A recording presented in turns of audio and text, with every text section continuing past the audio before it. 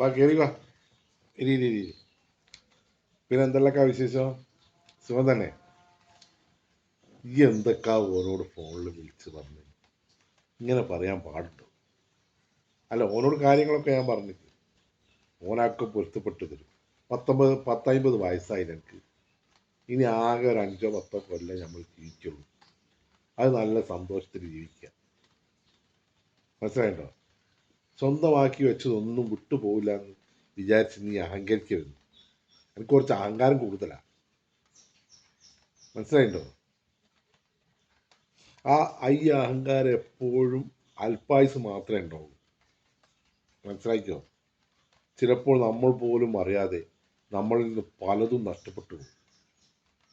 എന്താ, ശരിയല്ലേ? നീ ഓ വന്ന് കഴിഞ്ഞാൽ ചായ കിട്ടോ? വേമ്പ, നമുക്ക് എന്തായാലും ഒന്ന് ഒരിടത്ത് പോവാം കേട്ടോ.